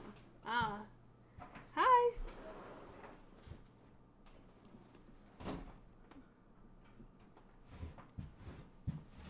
Thanks, guys. Thanks, Laura. So I have to remember to check my reference photo once in a while. It can be so fun to get lost in the texture on these things that sometimes it helps to regain your footing and go back and see what we have going on here. Terry, yeah, in not even 2 hours. This is pretty crazy, guys. I'm glad that we just did the top part, so we can see some good progress and see where this is going. If I did this chicken scratch on everything, oof, I don't know if I could have handled it. So I'm like, okay, I have to stop with a chicken scratch. We're just gonna dive in here and try to fix it. So it worked out cool. Makes me very relieved. And I hope this serves as kind of maybe some motivation or inspiration for you guys, that it's okay to kind of dive in and do something different and maybe a little crazy, as long as you don't give up. Because if I just like, oh my gosh, I ruined it, I just chicken scratched all over it, and I quit, it'd be really sad. But the more that you just keep at it, and it's like, okay, I've put myself in this position, how am I going to fix it now? So texture and layers. Keep alternating between textures and layers, and have a little faith, and hopefully it'll work out. But I think most of the times that I quit on a project, I quit too soon. If I would have just stuck with it, I think I could have made it work. Okay. Laura, you like to experiment. Awesome. Larry, I have not seen Cobra Kai. Yeah, that sounds pretty cool. Yep. Barbara, my husband's home. He made it home. It's very snowy. I think the door was froze as he was trying to get in, but cool. Vivian says, I'm looking at how you've worked that bark repeatedly. It looks like a continuation of the basswood bark. Hey, that's cool. So another thing that's really important to remember is, one thing that I was very particular to keep in mind with this project is our lights and our darks. Some of these areas up in here where those lighter areas are, there is some almost unburned wood in there. You have to maintain that. If I were to over texture and overshade this area, it would look like mud. So make sure that your darks are dark enough, pretty dark, and then you have to leave little tidbits of light in here.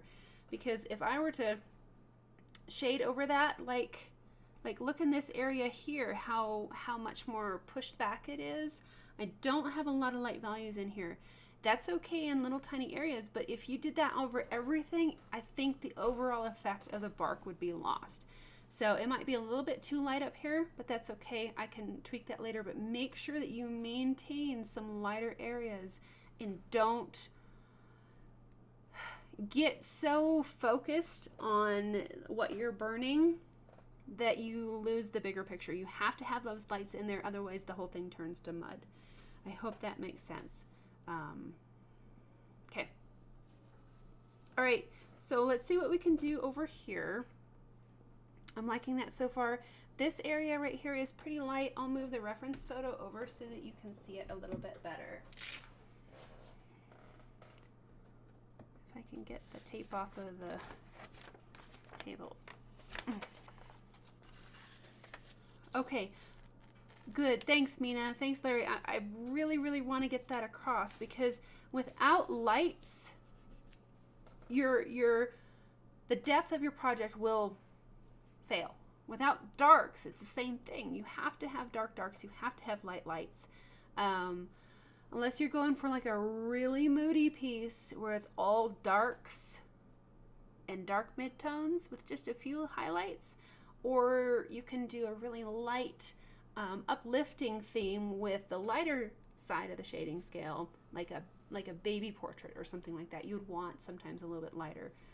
But if you want the three-dimensional appearance of realism, you have to have the darkest darks that you can imagine and the lightest lights that you can imagine, and then everything in between. So since this is lighter in here, I'm gonna move me too. My nose is really itchy. Okay, so I'm gonna do the shading point in here. So anytime I do shading, if I can ever convey, you have to have the full range of the shading scale. It is so, so important for a project.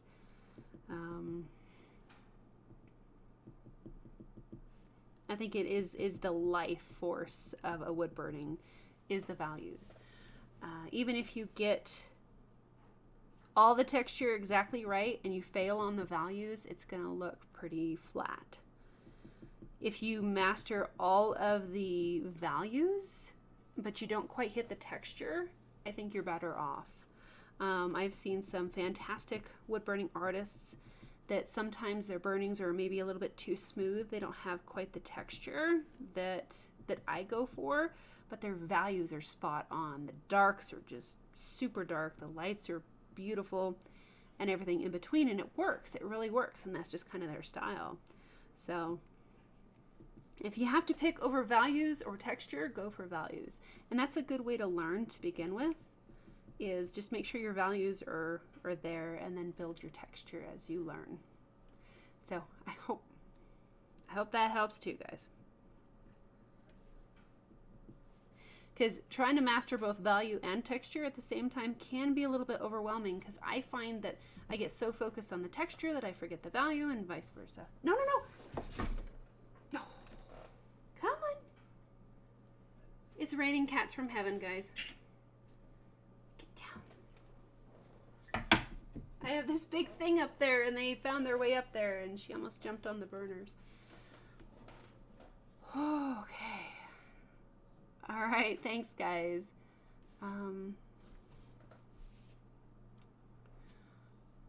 Cool. This is fun. I'm really liking this one. I'm so glad that everybody likes the texture. It's a lot of faith on this one, guys.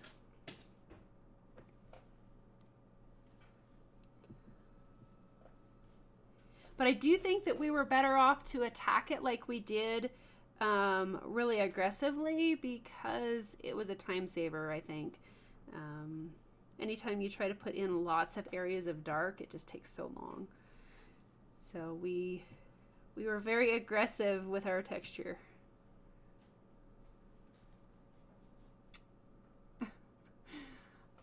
Raining poodles. Terry, you're funny. Yeah, I'm just waiting for the other one to jump down. I don't mind if they jump down here. I just don't want them to land on the desk with the burner.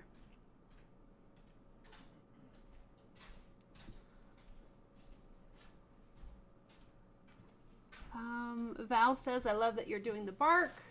You find bark difficult, but no, don't overthink it, guys. This is like very abstract. And if you look at my reference photo here, you can see my reference photo was really smooth, and I talked about that at the beginning, that I felt it was too smooth. It was almost like a plasticky looking tree. I don't know what kind of tree it is, but it didn't have quite the texture that I wanted. So I dove into this project and just put in lots of texture, really dark to start with, and then I've been blending and smoothing things out as I go. So you don't have to follow the reference photo exactly. There are some bark patterns that are really repetitive and maybe over complex. try to simplify it as best you can. Look for your darks, put those in, add your texture, and blend things together. And that's kind of pretty much how we've done this tonight.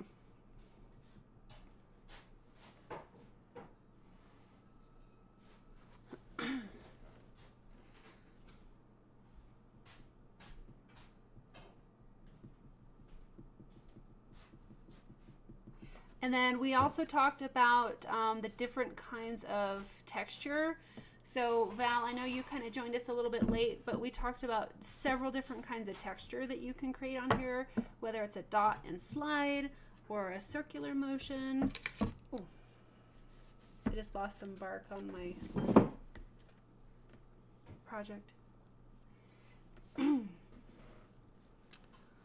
Okay, so this is kind of bland over here, so I'm gonna step back and look for some maybe potential lines of bark, because I like the lateral bark on the other side, so I might try to do that over here as well.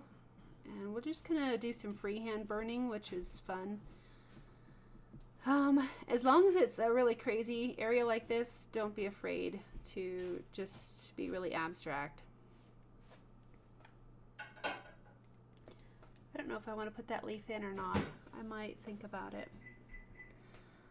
Yes, Val, definitely go back and take a look at some of those other textures that we talked about, because we intermixed them, and try to avoid a consistent repetitive motion when putting in texture, because you will see it. You might not see it at the beginning, but it'll show up in your artwork. So switch back and forth between the wiggle worm technique and the circle technique and the dot and slide, all those things, and then you can get a nice, really well-rounded texture that looks, I think, more natural. Terry is thinking, you really thought that the bark would have taken a couple days over the owl. Yeah, we really expedited this one. It was a risk, but I think it's paying off. You're very welcome, Laura. Definitely try bark texture. It's a lot of fun. And keep in mind, guys, that this project is, yeah, like almost 6 inches wide. This is a big piece. So if you want to start working on texture, I might encourage you to start on a smaller project, like physically a smaller piece of wood. Burning this much texture in this big of an area can be very daunting, because you've got to have the faith that it's all going to work out, or you get kind of lost in the details. So just start with something smaller and experiment, even like little swatch, like a 3 by 3 inch piece of, take a piece of wood and draw a 3 by 3 inch piece of, oh gosh, take a piece of wood and draw a 3 by 3 inch block on there, and just experiment with different textures inside that. It's amazing how many textures you can fit, like those 3 by 3 swatches on a piece of wood like this.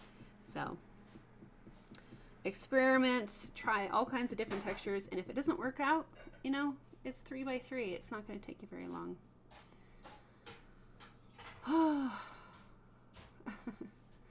Awesome. Thanks, Terry. You're welcome, Val.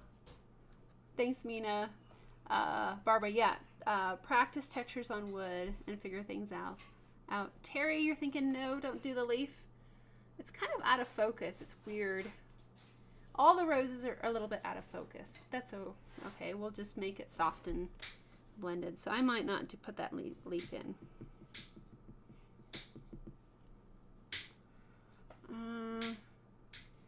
So Zona is saying that when you watch the replay late at night, your youngest cat gets mad if she can't watch with you. Aw. How so sweet.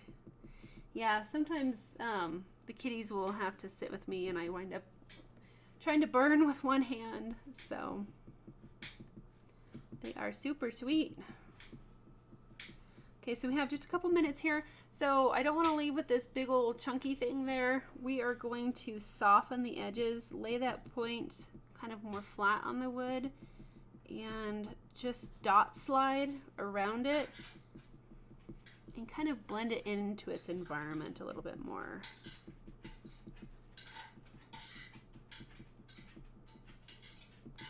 And same thing with some of these other harsh lines that we put in to begin with. And I think I put them in a little bit too dark, but it's bark, it's abstract, just go with it.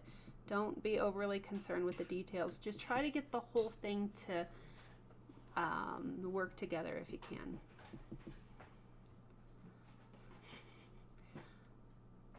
That is the best word I think I've ever heard, is perniture. I always say that I'm a mattress for my cats, but I like perniture better.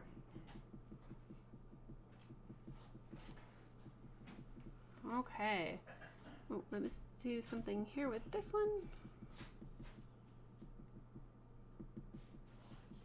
Yeah, dot, dot, dot. It's that dot and slide motion. Okay.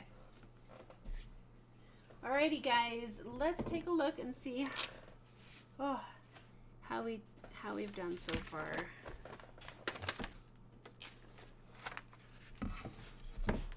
Okay.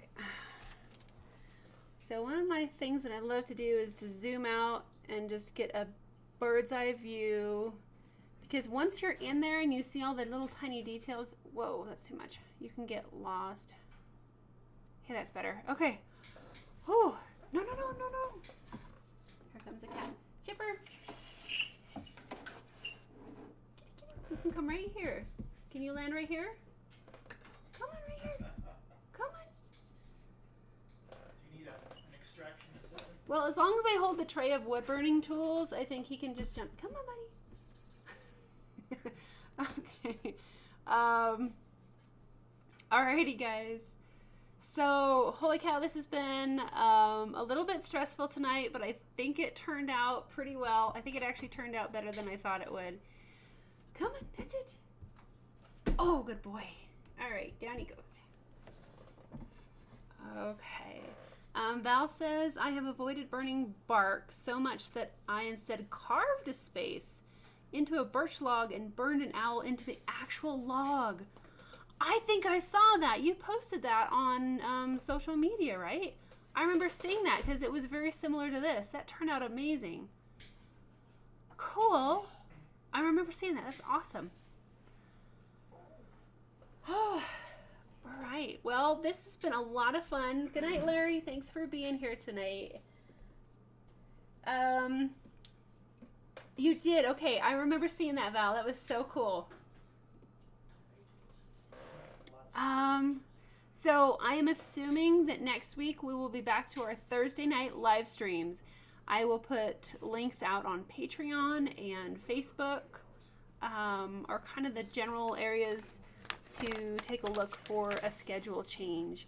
Thank you everybody for being flexible tonight on the schedule change. I really appreciate that. And I hope you had fun. And it was different. It was fast, but it all worked out. So, all right. Good night, Larry. Thanks, Terry. Oh, yes. Val's owl turned out amazing, Terry. I agree. Awesome. Good night, Val. Thanks, Steve. Good night, Laura. Thanks, Barbara. Thanks, Steve. All right, I have everything turned off. I think we're good, and I will see you guys next week. It should be Thursday, so if not, I'll let everybody know. All right, good night, guys.